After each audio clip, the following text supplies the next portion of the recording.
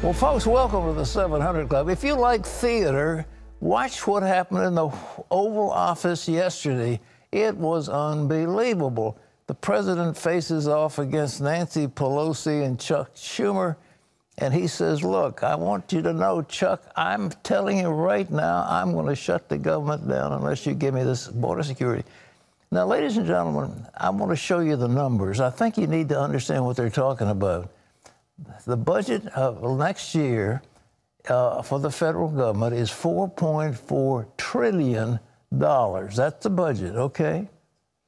And Trump border wall is going to cost $5 billion out of $4.4 trillion. Now, how much is that? That is totals. Look at it. Wow. That's the percentage of our. It's less than 1/10 of 1% of the total fund. 1/10 of 1%. And that has what they're arguing about. 1/10 of 1%. You talk about ridiculous. Well, what's behind it? There's got to be something behind it. Well, the Democrats don't want to lose the Hispanic vote. They want to take Arizona. They want to take Nevada. They want to take California. They want to take Texas. And they want those Hispanics voting for them. So they don't want to pass immigration law. That's the behind it all.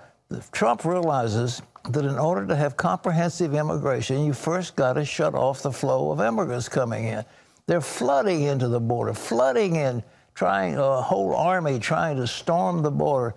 And this is not just a wall. It's to pay for the troops, to pay for the electronics, and pay for all of it. Because he knows until we seal the border, that there can be no comprehensive immigration. He wants an immigration law. The Democrats don't.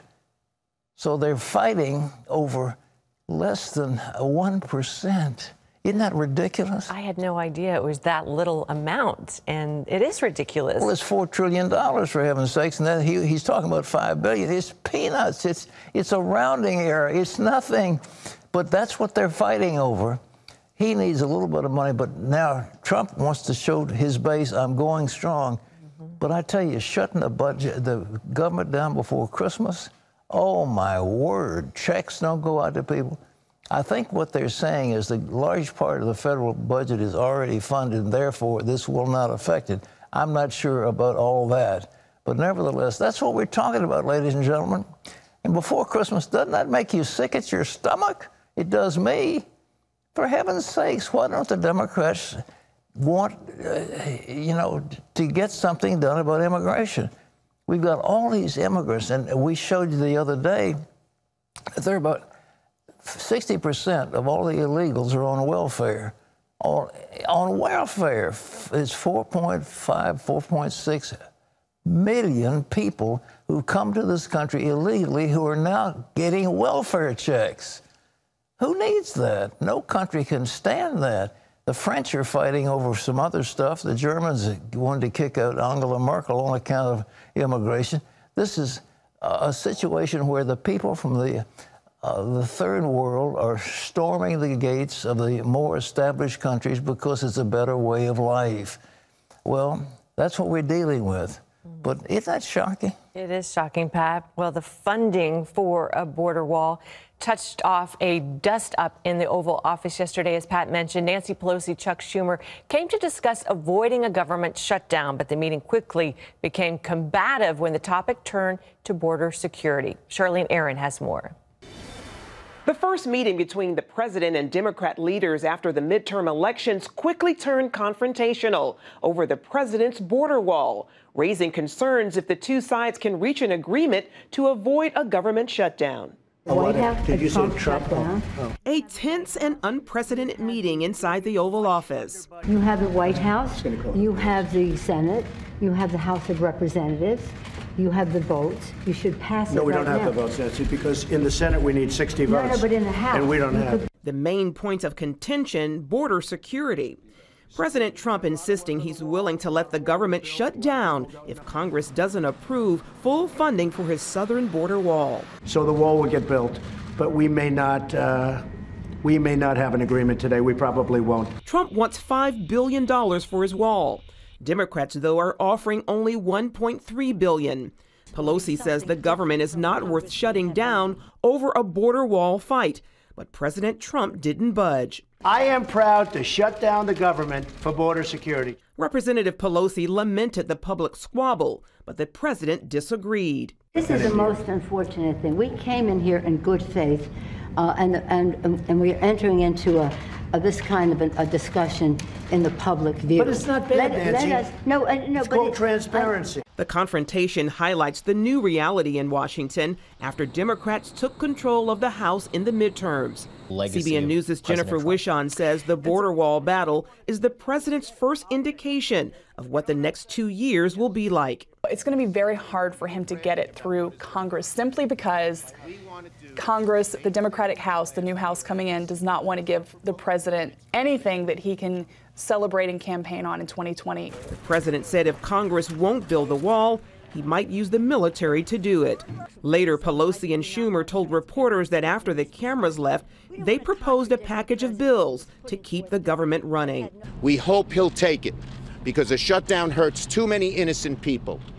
And this Trump shutdown, this temper tantrum that he seems to throw, will not get him his wall, and it'll hurt a lot of people because he will cause a shutdown. The deadline to reach an agreement is December 21st, just 9 days away. Charlene Aaron, CBN News. Oh, my. You know, a few years ago, we did a series about a nation of criminals. And I showed you, over several points, how many laws there are in this country that put people in prison. Do you realize that there are administrative rulings from administrative agencies that have 500,000 criminal sanctions that would put people in jail? 500,000. Not to mention what's already on the books that have been passed by Congress. It's unbelievable. And we went into this tough on crime spree, and we had to say, lock them all up. 2 strikes and you're out. Somebody's caught with a couple of ounces of marijuana 2 or 3 times, and they go to prison for the rest of their life. I mean, it's insanity. So the House has overwhelmingly voted to have, criminal sanctions and adjustment in our legal system. They call it criminal justice reform. The Senate, with our very able majority leader, has said, I haven't got time to take it up now. I've got to pass judges. Now he realizes that if the House falls into the hands of the Democrats, they'll never get that bill through again. They've got a bill they can work on. They can take it to the Senate and pass it quickly because they have a majority. And that will not come under that 60-vote rule. And I think it looks as if Mitch McConnell is going to take that up, and they will have a vote on it, and it's a smart thing to do. We've got to change the system. But I believe the president, by a stroke of the pen, he doesn't need Congress, he doesn't need the Senate, he doesn't need anybody. He can do it himself. As chief executive officer, he can tell the federal agencies that they can no longer put people in jail for breaking their laws, and they have so many rules. And this kind of stuff, all you've got to do is get up in the morning and you've broken some law. Honestly, I mean, we're a nation of criminals, and we've had expert on this program that show, we had one professor saying, whenever you're arrested, don't answer anything. That anything you say can be used against you as to put you in prison. So don't answer anything. I plead the fifth. Anything, because whatever you do, you can put you in jail. So I plead the fifth. But whoever heard of that? We have more people incarcerated in America than China or Russia. These dictatorships, this is supposed to be a free country. Well, that's going to be taken up, and I'm sure that bill probably isn't perfect. A lot of people don't like some of the aspects of it, but it's something that's got to be done. So that's something that's going to come up the next day or two. It's very important. Well, in other news, the president says, look, I'm not concerned all this talk about impeachment. And the truth is, they can't impeach a sitting president. What has he done that's impeachable? The answer is, well, if it has anything to do with the Federal Election Commission, I showed you before, 3-3 vote. It's a stalemate, and having to do with campaign finance violation is a civil penalty, not impeachable offense. John? That's right, Pat. In an interview with Reuters Tuesday, the president said of impeachment, quote, "I think the people would revolt if that happened." This as Trump's former personal attorney and fixer Michael Cohen faces sentencing today. Cohen implicated the president when he pleaded guilty to paying 2 women during the 2016 presidential campaign to stay silent about alleged affairs. Prosecutors say that's a campaign finance violation and a felony. The president told Reuters the payments weren't a campaign contribution, rather a civil matter. Well, as you heard Pat talking earlier, movement could come soon on a major criminal justice reform bill. Senate Majority Leader Mitch McConnell says the Senate will indeed take it up. He told senators they should be prepared to stay in session the week after Christmas. The bill would be the largest sentencing overhaul in decades, and it has bipartisan support. This has been a priority for President Trump and his son-in-law, Jared Kushner. He's been working behind the scenes for the last 2 years on the legislation. Well, conservative groups have long alleged that Google searches filter out right-leaning websites. Lawmakers posed that question to Google CEO Tuesday. Amber Strong has the story.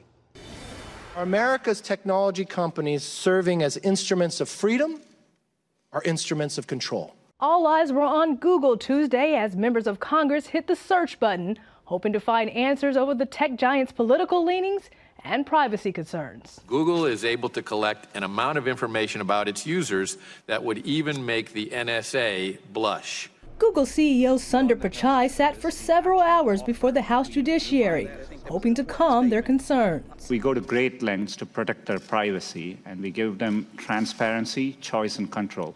And then there are the accusations of bias. By ranking pages, Google search always favors one page over another. This process, however, turns much more sinister with allegations that Google manipulates its algorithm to favor the political party it likes. California Democrat Zoe Lofgren asked Pichai to explain how Google search works. If you Google the word idiot under images, a picture of Donald Trump comes up. I just did that. How would that happen? We tried to rank and find the best results for that query. So it's not some little man sitting behind the curtain figuring out what we're going to show. The concern is bipartisan. A study from Pew reveals 85% of Republicans and 62% of Democrats believe social media companies intentionally censor viewpoints they find objectionable. This election was particularly hard. A leaked video published by Breitbart shows some Google execs seemingly lamenting the 2016 election results. Pichai says Google doesn't approach their work with bias. Republicans weren't buying it. We saw how upset the top people at Google were. And for you to come in here and say there is no political bias in Google tells us you either are being dishonest, I don't want to think that, or you don't have a clue how politically biased Google is. Pichai also faced questions over whether the company was planning to build a search engine for China. Pichai stated they had no plans to do so. Amber Strong, CBN News, Washington. Thanks, Amber. Pat, back to you.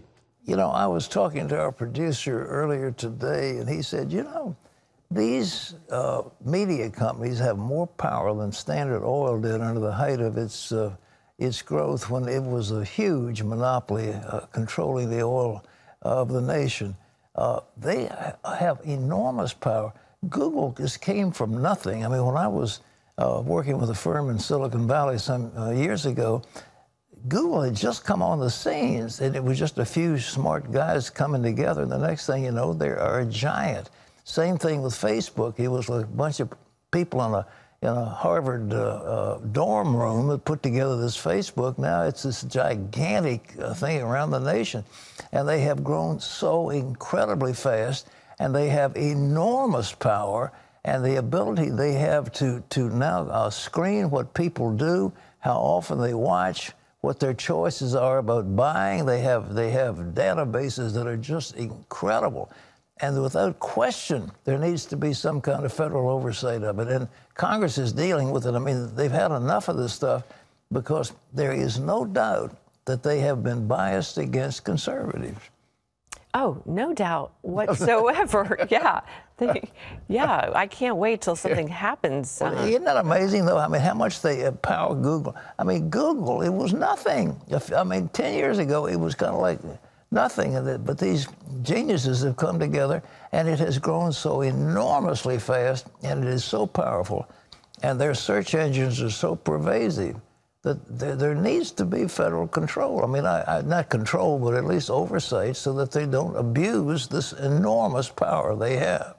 Well, they've got problems in France, needless to say. Let's see this story. John? That's right, Pat. Turning overseas, an intense manhunt in France after a gunman opened fire on a Christmas market, killing 3 people and wounding about a dozen others. Many are in critical condition. Security forces are looking for 29-year-old Sharif Shakat. The suspect reportedly shouted, "God is great," in Arabic as he opened fire. He has an extensive record in France and Germany with 25 cases against him and is considered an extremist. The military had cornered him at one point, but he managed to escape. One eyewitness said he didn't know what was happening at first. After the shots started again, people actually started yelling, and I could hear crowds running away. That's when I realized that there was actually a shooting going on. There are reports Shakat was on a watch list and possibly had been radicalized in prison, but right now the motive behind the attack is unknown. President Trump called it a terror attack in a tweet this morning, saying it highlights the need for border security here in America. Well, British Prime Minister Theresa May could find herself out of a job by the end of the day. She faces a no-confidence vote after 48 Conservative members of her government revolted. They're unhappy with her handling of the Brexit deal. That's the agreement to pull the UK out of the European Union. Earlier this week, May was forced to postpone a vote on the deal because she didn't have enough support in Parliament. Analysts say if she is removed from power, it would further complicate the Brexit process. Well, we're just 2 weeks away from Christmas. Can you believe it? And celebrating the birth of Jesus is a reminder of God's gift to mankind and that we're called to serve others. As CBN News health reporter Lori Johnson shows us, doing good to others can also be good for the giver. The facts are clear. Givers live longer, happier, healthier lives. Studies show generosity triggers a number of significant changes, all of them good, both mentally and physically.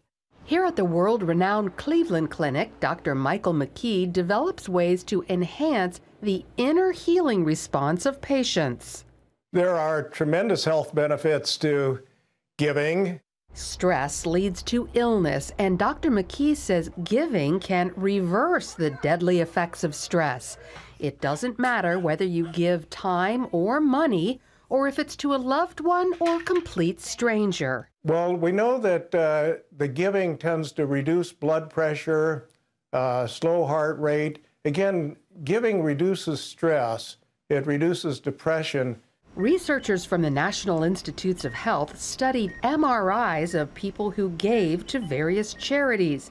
They found generosity stimulates the reward center in the brain, releasing chemicals that strengthen our immune system. And we know, again, that there's a release of endorphins. These are the kind of magical chemicals that come from various areas in the brain, and they flood throughout the system. They're cousins, basically, but some reduce pain, some kind of seek out sick-looking cells and exert a healing effect on them. They have many different positive effects. Dr. Stephen Deutsch is the chairman of psychiatry at the Eastern Virginia Medical School. He says doctors commonly use giving in treating depression. We encourage people to not be so self-absorbed and to think about others. We even tell people to practice being concerned and invested in other people. He says the more people give, the easier it gets. Sometimes they may feel initially that it's fraudulent, that's not really who they are, but over time, it becomes more and more comfortable for them, and it does have a powerful therapeutic effect. So people who feel powerless or worthless find a new purpose and value by seeing their actions help others, and they tend to live longer and healthier lives. Lori Johnson, CBN News. Pat, Lori's story reinforces that teaching that it's better and blessed, more blessed to give than to receive. It really is. I mean, it's more blessed. And what Jesus was saying, it's not that before heaven you're more blessed, but you're more blessed with other people. And there's something about us, you know, that wants to, if, you know, the Dead Sea doesn't have any way of, you know, letting its overflow go out. It stores up water. Fresh water comes in, it just stagnates, and it gets salty, and it's like brine. That'll be the same thing with you. If you don't open your heart to others, you just will get stagnant and die. And, you know, it's one of those things that is a blessing. And the whole idea of endorphins, you know, people used to get what they call the runner's high. They would be doing exercise, and suddenly they get this wonderful feeling of euphoria because it releases endorphins. It's the same thing physiologically, and how wonderful. Now, at Christmas time, you know, you think, well, I didn't really set that thing up to tell you this story, but this is the time that we want to give to others. We want to help others at Christmas time. And CBN and Operation Blessing have always made a big effort at Christmas and Thanksgiving to bless people during these holidays. But we're out there giving food and clothing and shelter all year round. And so you can help us to help others. And we want you to be members of the 700 Club. And what a wonderful way to tell the Lord, I want to give you the best gift. You know, we give gifts to each other. We get gifts to each other. What did you get at Christmas? What did you get? I got this, that, and the other. Mm-hmm. Well, the nice thing would be, who did you help at Christmas? Who did you help? And we can help a lot of people. So it's just $20 a month. You join the 700 Club. Some of you can be 1,000 Club members. Some of you can do more. But whatever it is, I want you to go to your telephones, if you would, and say, look, you can count on me. I want to be one to tell the Lord at Christmas time, I want to give the best gift I've got to the Lord Jesus. Our telephone number is 800-700-7000. I'll put it up again. 800 is easy to remember. That gets you into, you know, overseas, you know, toll-free. And then it's 700-7000. And it's just, you know, now's the chance to do something.